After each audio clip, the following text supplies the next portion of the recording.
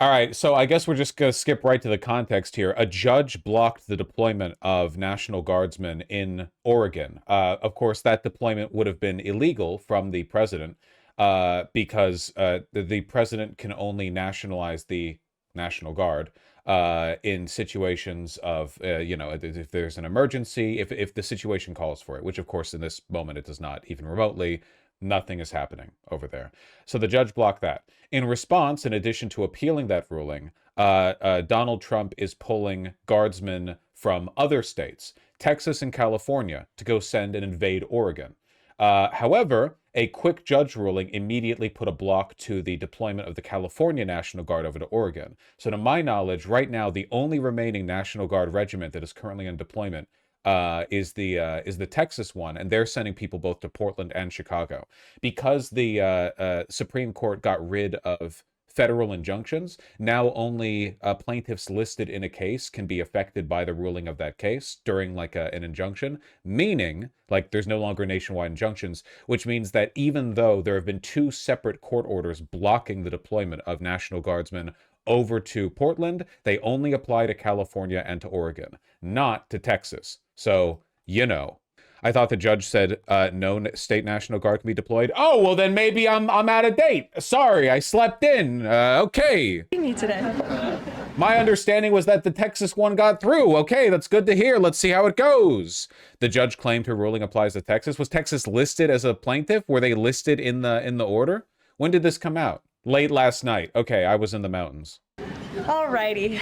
Good afternoon, everybody, and happy Monday. Let's get to it, and we'll begin with a few scheduling announcements today. President Trump will be hosting the Canadian Prime Minister Mark Carney tomorrow for a working meeting here at the White House. On Thursday, the president will host his 8th cabinet meeting alongside his incredible team. Also on Thursday afternoon, President Trump will host the president of Finland, Alexander Stubb, for a working meeting here at the White House. The president also wanted me to relay his congratulations to Japan for electing their next prime minister, a highly respected person who also happens to be the first female to hold far-right ethno-nationalist. We'll get to her. The position for our great ally. While President Trump continues to negotiate peace deals, meets with world leaders, and celebrates the... Masaigo, did you know that Levitt was about to talk about her and thus had that message prepped? Because that was ready way the too quickly. Vosh, regarding the lady in Japan who just became prime minister, don't worry too much about her. They only put a woman in charge because the party is expected to bomb in the next election, so they needed a scapegoat, so they picked a woman. I would do the same thing. The only thing that I know about her is that she won, and then she went up behind a podium and she said, I'm tired of the work-life balance. I'm gonna work, which I'm sure is a message that resonates with the Japanese people. That's what they're crying out for. 250th birthday of our United States Navy, as you saw he and the First Lady do just yesterday. Democrats, unfortunately, are continuing to play political games. And we are now in day 6 of the Democrat federal government shutdown. Millions of American federal workers are under enormous financial stress as a result, wondering how they will pay their bills and take care of their families. Probably rings a little bit hollow for those federal workers to hear a Republican talking about how concerned they are about their well-being now. Oh, when did that start? If the Democrats do not vote to open the government tonight, federal workers will not receive their next full paycheck. Additionally, the special supplemental nutrition program for women, infants, and children will run out of federal money very soon. This program the thing you want to cut? Provides vouchers to buy infant formula, fresh fruits and vegetables, and other healthy foods for low-income families. It can be easily fully funded if Democrats simply vote tonight to reopen the government. Also, our incredible military service members who risk their lives to preserve and defend our country are now working without pay and will miss their next paychecks if this Democrat shutdown does not end tonight. The Republican-backed clean and nonpartisan funding bill fully funds this important food aid program, gets our troops paid, and reopens the government. So all of this begs the question, what is the Democrat ongoing shutdown truly about? The sad truth, we believe, is that the Democrats intentionally shut down the government and are inflicting this pain on American citizens to try and demand free health care for illegal aliens. Of course. You know what? I think this is a weakness of hers. I actually think that she's quite bad at this. She's really, really good at being vindictive. She's really bad at pretending to care about people. I guess it makes sense, right? Like that's kind of your personality matrix. She's quite good at rolling with the punches when she gets to be like the cruel, evil piece of shit. But when she has to pretend to care about federal workers or like single mothers getting SNAP assistance, it kind of falls through, you know? This is an indefensible and truly radical policy to be in favor of. See, she's not doing the inflections. When she's decrying the Democrats, she does the inflections. Let alone to use as the primary reason to shut down the United States government. So the Democrats and their allies are desperately lying about their true motivations. We have to set the record straight with the facts so the American people understand what's really at play here. House Republicans passed a clean and nonpartisan funding bill to keep the government open and ensure our troops and other hardworking Americans are paid. Every single House Democrat except one voted against this clean and nonpartisan funding bill. Senate Republicans have subsequently tried to pass this same clean funding bill for Okay, just get to the news. Children's health insurance program. Someone shows you who they are, believe them. The Democrat in the words of a ICE officer recently caught on tape, kids, all right? Sorry. You shut the government down. No one's getting food. We're all gonna die. You're in here with us. We're not locked in here with you. You're locked in here with us.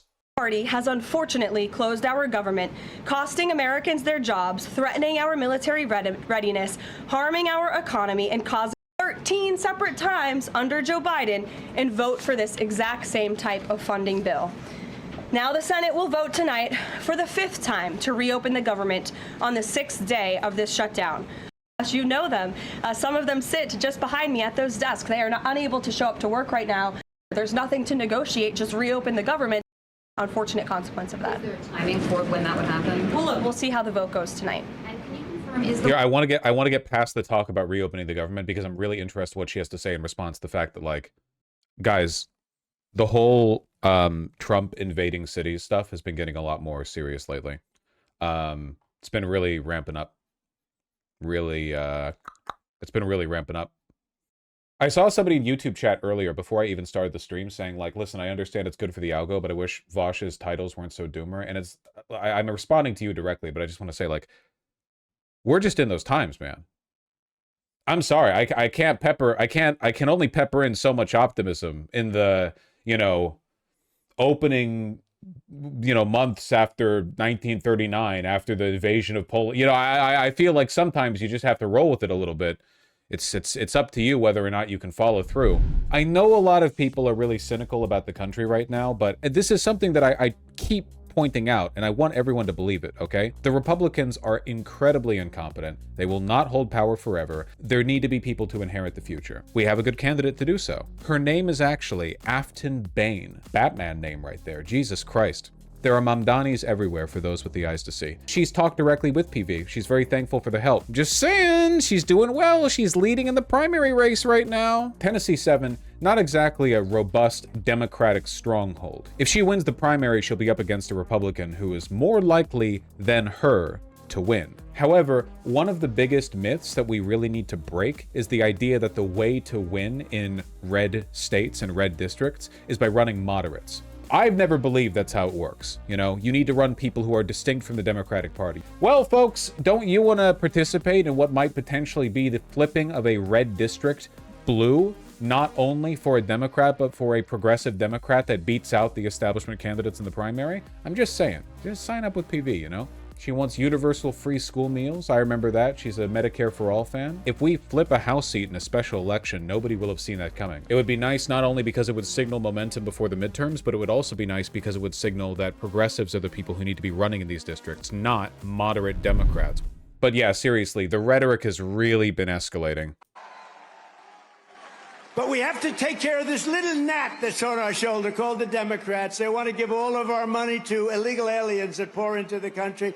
And, I have a bigger heart than they do. But the problem is when you do that, they come in by the millions. Everybody wants that, so you can't. That's him talking to the Navy there. So, yeah, it's pretty bad. Stephen Miller is also doing everything in his power. Like, so Stephen Miller right now is in his calling literally everything on earth terrorism arc, you know, his moment, his era. In response to one of the judge's orders halting the deployment of National Guardsmen with no cause to Portland. Legal insurrection. The president is the commander-in-chief of the armed forces, not an Oregon judge. Portland and Oregon law enforcement, at the direction of local leaders, have refused to aid ICE officers facing relentless terroristic threats and assaults. This is an organized terrorist attack on the federal government and its officers, and the deployment of troops is an absolute necessity to defend our personnel, our laws, our government, public order, and the republic itself. So right now, he's calling literally everything terrorism, and that's because he's the one true blue fascist who's trying to amp up the federal government into, like, really committing to the bit, you know? A bunch of other people in the administration are, like, just there to get their bag. Stephen Miller, like, really, really, really wants to commit. Like, truly, absolutely 100% wants to commit. Yeah, I don't really know how this is going to pan out. We're going to talk about it later, about how a judge who ruled against Trump recently just had their house burned down and they had to jump out of a, you know, upper window to survive. But like that's the point of behavior like this, you know? You see ICE tear gas Chicago PD. I have seen ICE do a lot of stuff that seems to be like designed to piss off local police, which is probably not good for them in the long run. ICE only has so many members. There are like 1 million police officers in the U.S. More than 1 million, right? Aren't there like 1.5 to 2 million police officers in the U.S.? You really, really, really want the cooperation of local police if you're going to do any fascism. In Chicago? Yes, there are 1.5 million police officers in Chicago alone. Very well fortified city, you know? The White House floating a proposal to cap Obamacare subsidies by denying them to new enrollees. Released, and those talks are underway, and the president is very much on the ball and is being apprised of this situation. The president is given a Sunday evening deadline, obviously the negotiations. As I've said repeatedly, Caitlin, this conversation about layoffs would not be happening right now. Local officials in Portland have said that the first term in Second question. A federal judge over the weekend that the president had appointed to the bench in his first term in office basically argued that he could not deploy other states' National Guards to Portland. Basically said that it was untethered, his argument, to what is actually happening on the ground. Which local officials in Portland have said that the National Guard is needed there? With all due respect to that judge, I think her opinion is untethered in reality and in the law. The president is using his authority as Commander-in-Chief, U.S. Code 12406, which clearly states that the president has the right to call up the National Guard in cases where he deems it's appropriate. And if you look at what has happened in Portland, Oregon, for more than 100 nights, I was talking to our law enforcement team about it this morning, for more than 100 days, night after night after night, the ICE facility has been really under siege by these anarchists outside. They have been disrespecting law enforcement. They've been inciting violence. We saw, again, a guillotine rolled out in front of this federal building. And so the president wants to ensure that our federal buildings and our assets are protected. And that's exactly what he's trying to do. And ultimately, in the case in Los Angeles, that judge ruled. She's really not doing a good job today, huh? She's not doing a good job. It's actually like bad for her. This is like the pivotal moment. We're getting closer and closer to like the big happening, right? Like we are getting closer and closer to that pivotal, like, overturn the judges, we're just sending the military in, Boston Massacre type moment. And she really needs to sell these points. She just sounds like she's reading off from a script. In the Ninth Circuit, that panel of judges ruled that those troops could remain and that the president was well within his authority to do so. So not answering the question, of course. We're appealing that decision. As you know, we expect a hearing on it pretty quickly, and we're very confident in the president's legal authority to do this, and we're very confident we will win on the merits of the law. But no local officials that you can point to that have said we need the National Guard? Because I spoke to the police chief of Portland last week. He said that the president's claims just don't match up with what's happening on the ground. I would encourage you as a reporter to go on the ground and to take a look at for yourself, because there's been many members of the press, not press in this room, but independent journalists, some of whom we'll be inviting to the White House very soon to share their stories. Because my God, we're going to get Andy No up here at the podium. They have been in the middle of these riots, and they have witnessed the anarchy that is taking place night after night. It's on video. You should play it on your show. You have a great opportunity in prime time on CNN to show your audience. Yeah, but Can you imagine if the Democrats were able to demonstrate this level of the synchronicity with their content creators? Man, that'd be crazy. They're just gonna play uninterrupted like a 20-minute Cash Jordan video, up there from the podium.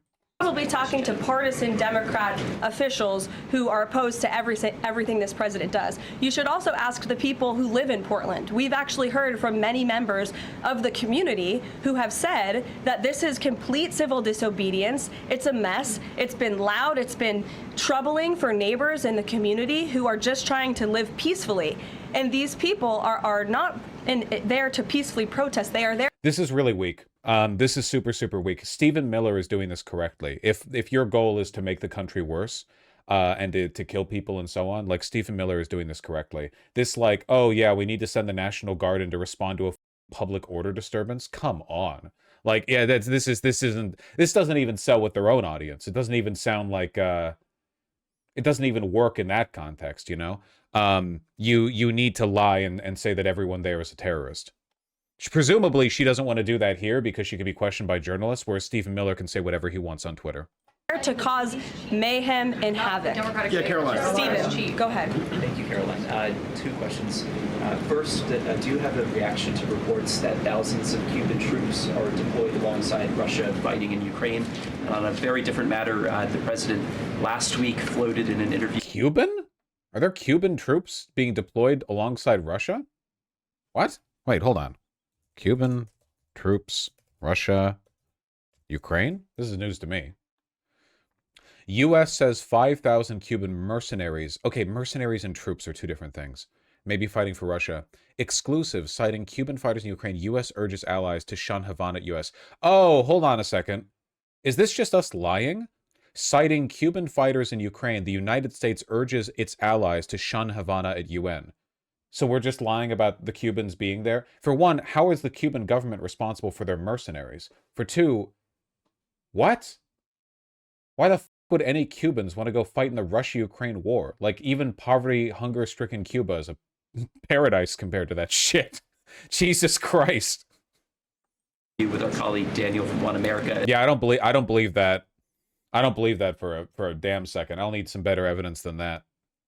Also, again, how is the Cuban government responsible for the mercenaries? What, like, mercenaries are non-state actors. They literally, it would have been like joining the Foreign Legion or whatever. They would have gone over there if they wanted to. How the f does that? What does that have to do with Cuba? Whatever. A rebate for tariffs of up to $2,000 per person. Is that plan contingent on the Supreme Court's upcoming ruling on the legality of the tariffs? And is the White House preparing for legislation to make that happen? Sure. On the first point, I have not seen that report, Stephen, but I'll check in with our national security team after this and we'll get you an update.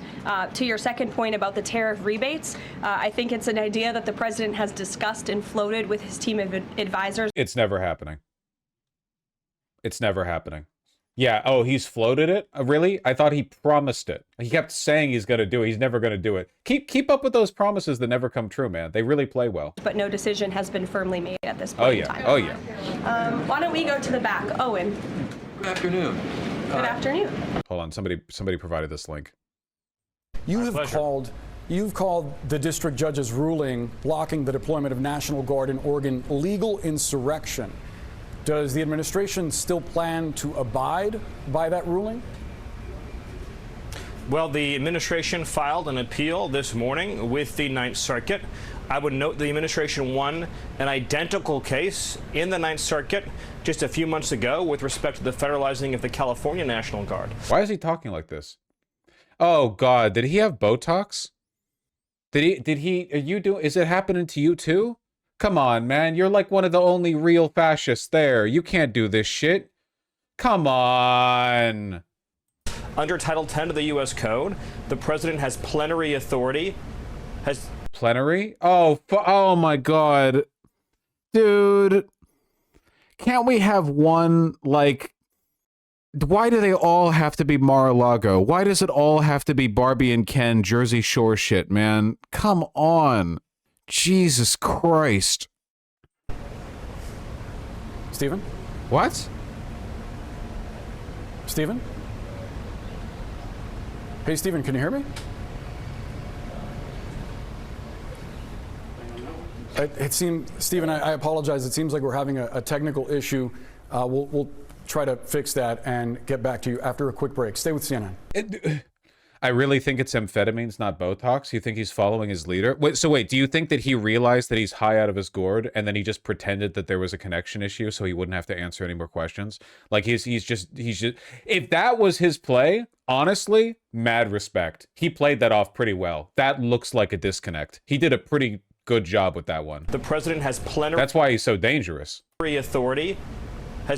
Yeah, because it's right after he does a really like bad stutter, or he misspeaks in a way that isn't normal, you know? Under Title 10 of the U.S. Code, the president has plenary authority.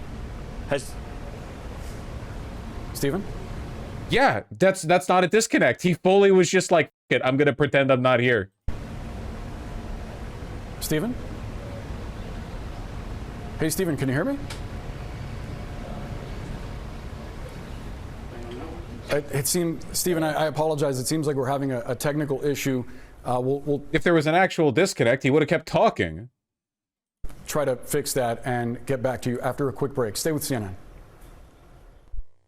Okay, that's really funny. That's super, oh my God, that's really, really, really funny. I think it is a drug. I think it is. I think there might also be Botox. I don't know, but I think that's a drug influence, you know? Jesus Christ, this low-key gives me hope. Always remember, like, as evil as they may be, their lives are also a mess, okay? Just... A few days ago, President Trump demanded Jay Jones of Virginia get out of the race for condoning political violence in a text message against a Republican politician a few years ago. He hasn't left the race. He hasn't dropped out. What's the president's reaction? Well, as you know, I'm not at liberty to discuss political races from the podium. I think the president himself made his position very clear, and I think anyone could agree the messages that were sent by this Democrat nominee for Attorney General. Plenary authority means absolute power. Do you think that's what he was saying? Plenary authority, not plenty of authority? I guess that could be true. It didn't even occur to me because I had to Google plenary authority to make sure that meant what I thought you thought it meant. And it does. So it wasn't even a misspeak? He just trailed off for no reason? But he tried to restart the phrase? Yeah, he said that, and then he said one more, like, syllable, and then he stopped.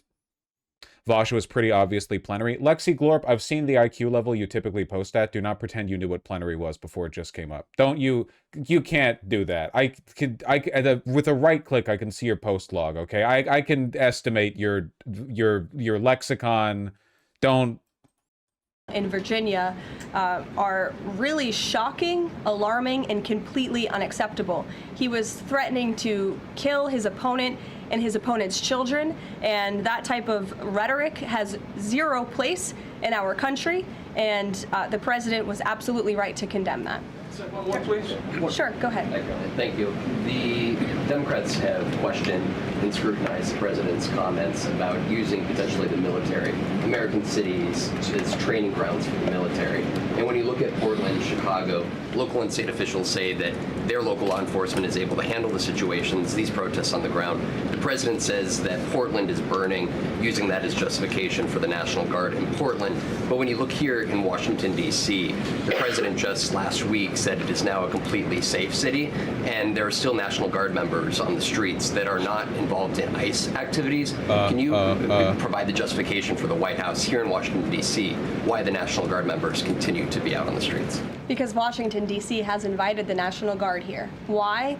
Because the mayor is doing the right thing, unlike mayors in other cities like Portland, as Caitlin and others have pointed out, who refuse to see that there are positive results from when local law enforcement works with federal law enforcement to do the right thing. National Guardsmen aren't federal law enforcement. They're not law enforcement. On behalf of their citizens. And Washington, D.C. is no doubt a safer city right now, today, than it was a few months ago when President Trump started this initiative to make D.C. safe again. Worth noting, of course, that D.C. did not, in fact, invite the National Guard. The D.C. mayor just has uniquely little power in managing their own affairs because they're directly controlled by the federal government. And the National Guard is still here because the president and the mayor agree that it's a good thing for the city. Just like you're seeing in Memphis, for instance. We'll have National Guard deployed to Memphis. We have federal agents who are on the ground working with state and local law enforcement. The state police in Tennessee are part of this effort. The local metropolitan police in Memphis are part of The this. National Guard isn't allowed to detain or arrest people, so what are they there for? They're the world's best trained litter picker-uppers, which apparently they've been doing quite well in D.C. It's a dirty city, so they had a lot of work to do, but, you know, it seems like they were cut out for the job.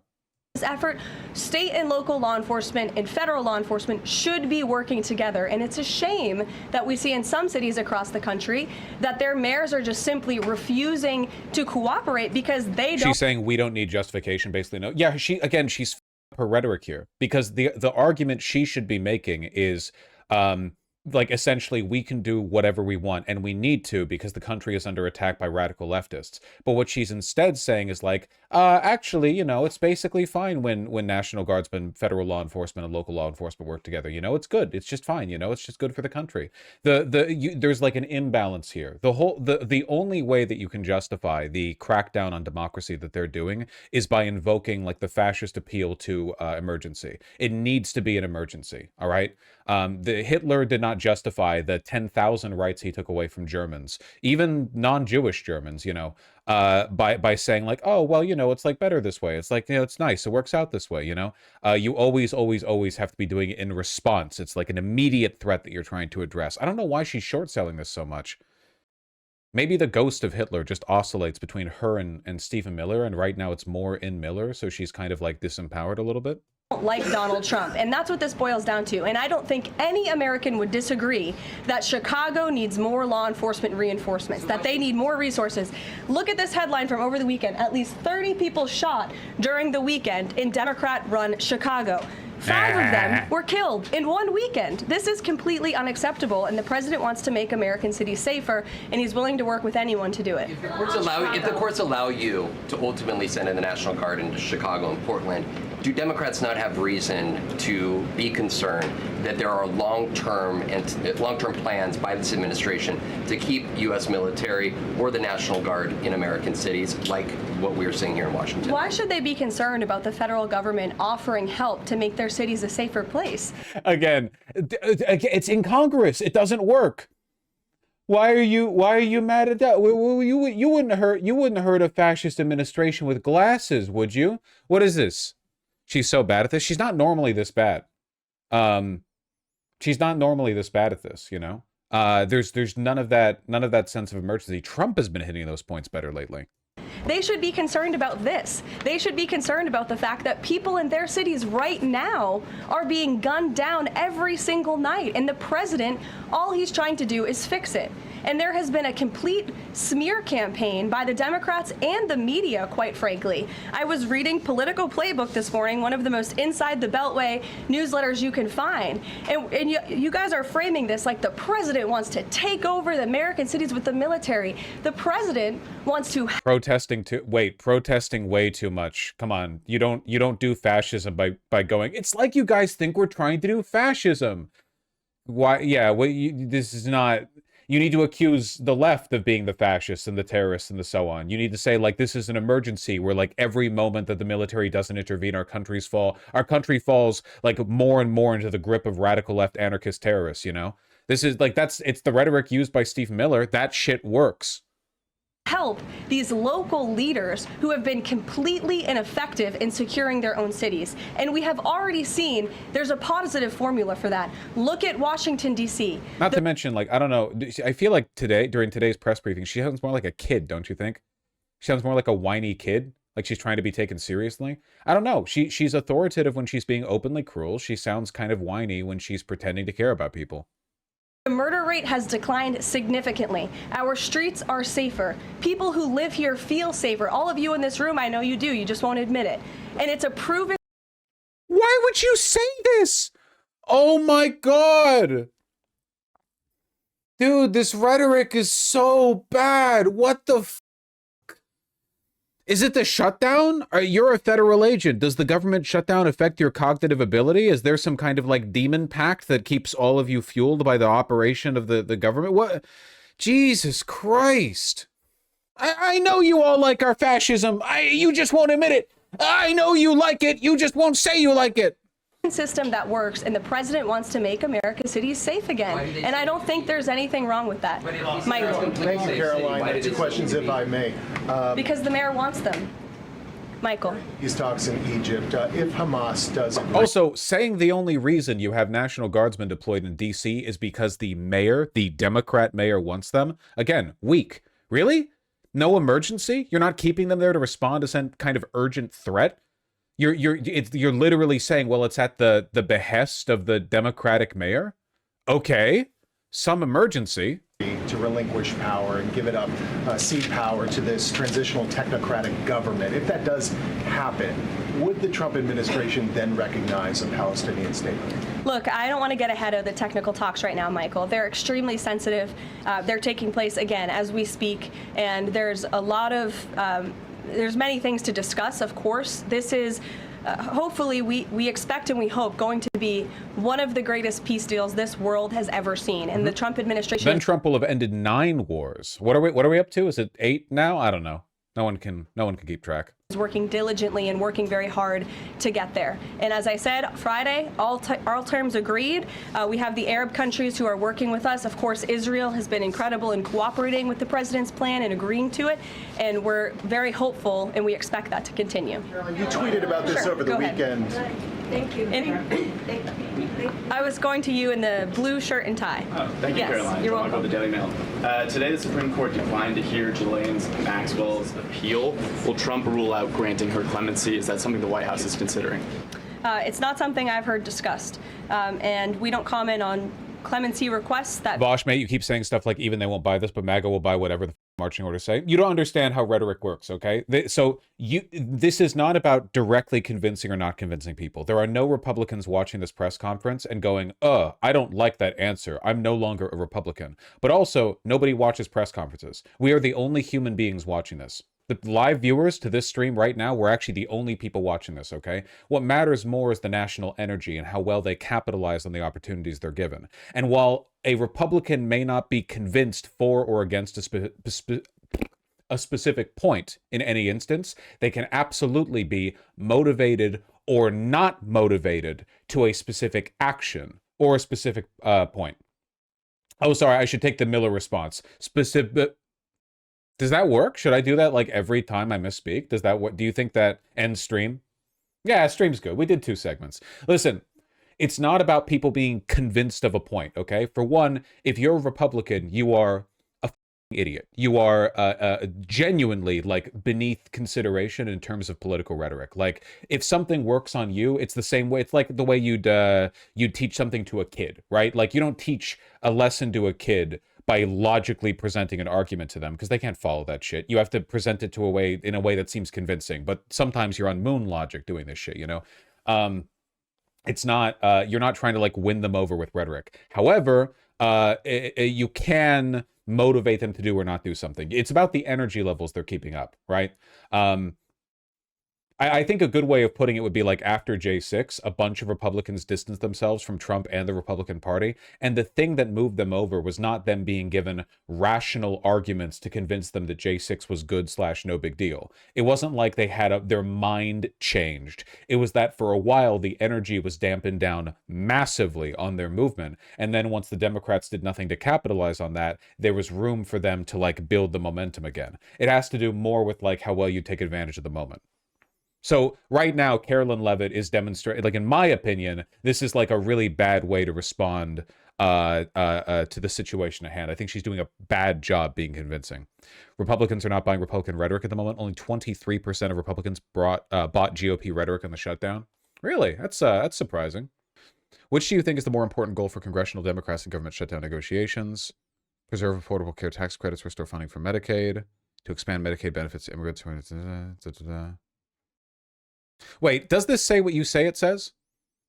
Only 23% of Republicans bought GOP rhetoric in the shutdown. Where does it say that here? Did you provide the wrong link? This is just specifically about what congressional Democrats should do, not who buys what rhetoric. Eighth cell. What is that? Nothing here says 23, but also it doesn't refer to the... No, the second row is the Republican message. Which do you think is the more important goal for congressional Democrats in government shutdown negotiations? Oh, okay. My apologies. I thought the question was, what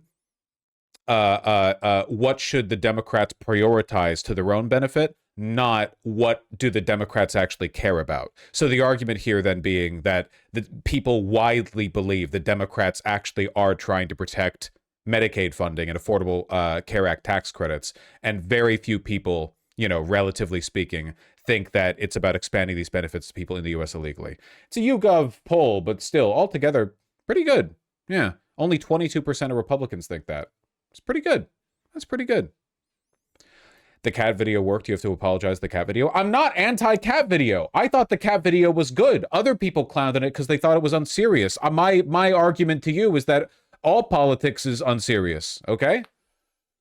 I've been saying that for years. I put it on a t-shirt. May or may not have been made, but I'm certainly not tracking that one at this point in time. Caroline. Jordan, go ahead. Thank you, Caroline. So we're talking about these radical groups in Portland and Chicago. I know the president has spoken about potentially going after George Soros with RICO charges and for funding all of this violence. Has there been any update on that? And also, is the administration looking into the other nonprofits, maybe taking away their 501c3 status for funding this violence? And one more question. Sure. Can I get an ID on this guy? Like what Hitler fake right-wing news channel this guy works for? Is it like Newsmax, OAN, or is this guy here from like the Daily Stormer? Financial backing of... What a deep voice. Yeah, I recognize a fake tone when I hear one. Yeah, Miss Carolyn Levitt. Also, are you free later this evening? Yeah, thank you. These groups, particularly Antifa, is certainly something the administration is looking into. Jesus Christ, bringing up George Soros and RICO charges. Sure, why not, dude? Why not? Aggressively, and the federal government has never really been mobilized or tasked with doing that. So we're kind of kickstarting that into gear. The FBI is working on it along. George Soros will be the first double Holocaust. Jesus Christ. That's what happens when you live long enough, right? When you make it a century, around the sun, you see history repeat. That sucks.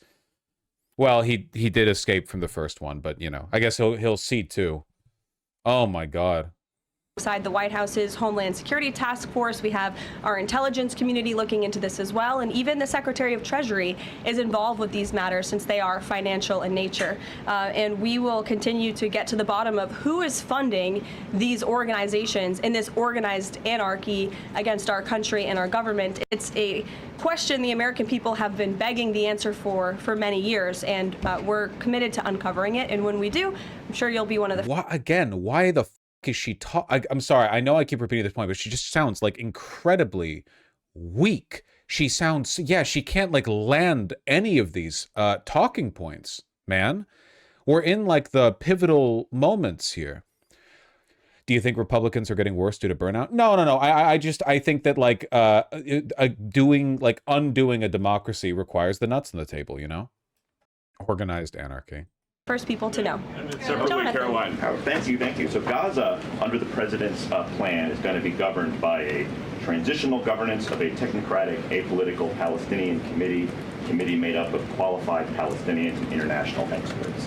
Now, given how radicalized the Palestinian population is in Gaza and in the West Bank, can you offer some insight or guidance into who are some of these Palestinians that are going to be considered for leadership roles in Gaza, and where you're going to be finding them, and do you have any names? No. We're not good governance, and so those will be two of them depend on critical food assistance.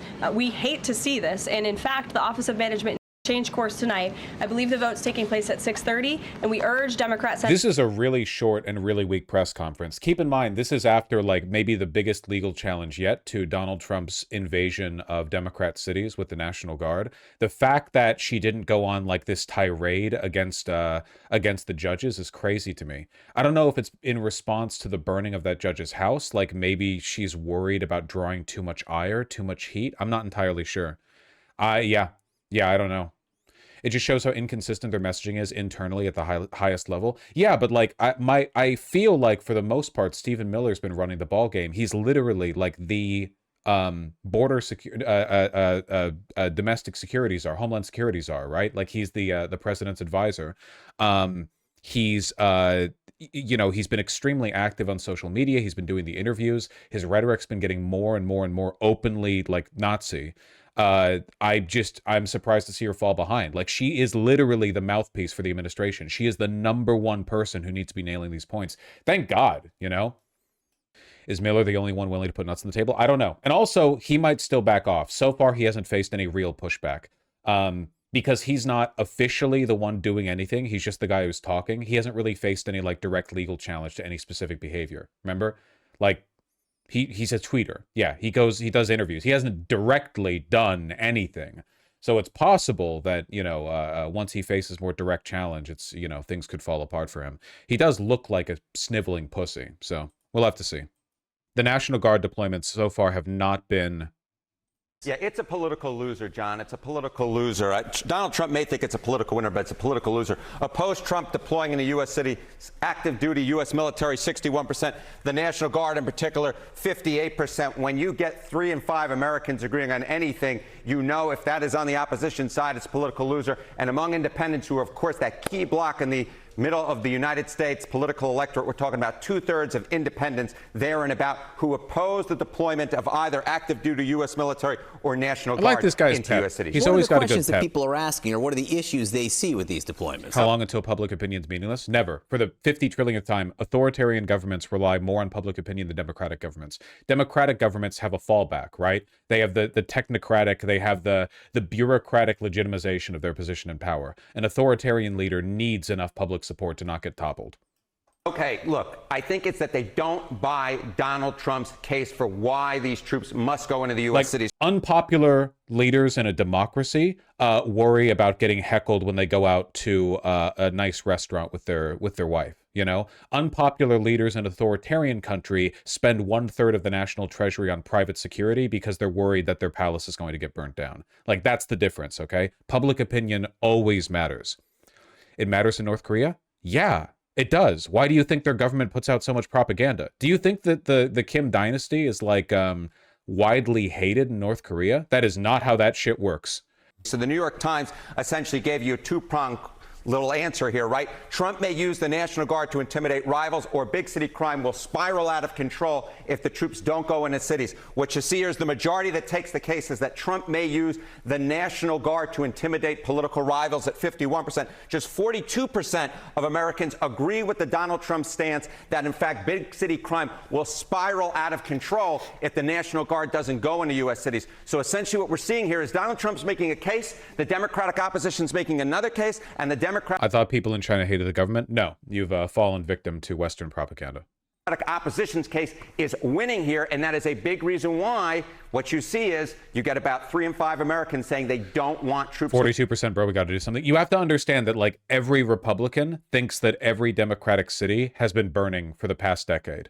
Also, Americans in general are just very, very, very susceptible to rhetoric about law and order, crime, that sort of thing. We're a very punitive society. There's a reason why we have prison populations as high as we do. So the fact that these invocations of the National Guard, and especially active duty military, are unpopular as they are here, even in that culture, is meaningful. Going into U.S. cities. You have another really interesting way at looking at this. If President Trump seems... No, I'm okay with one way of looking at it. Thank you. My mind's been expanded enough. Thanks, CNN.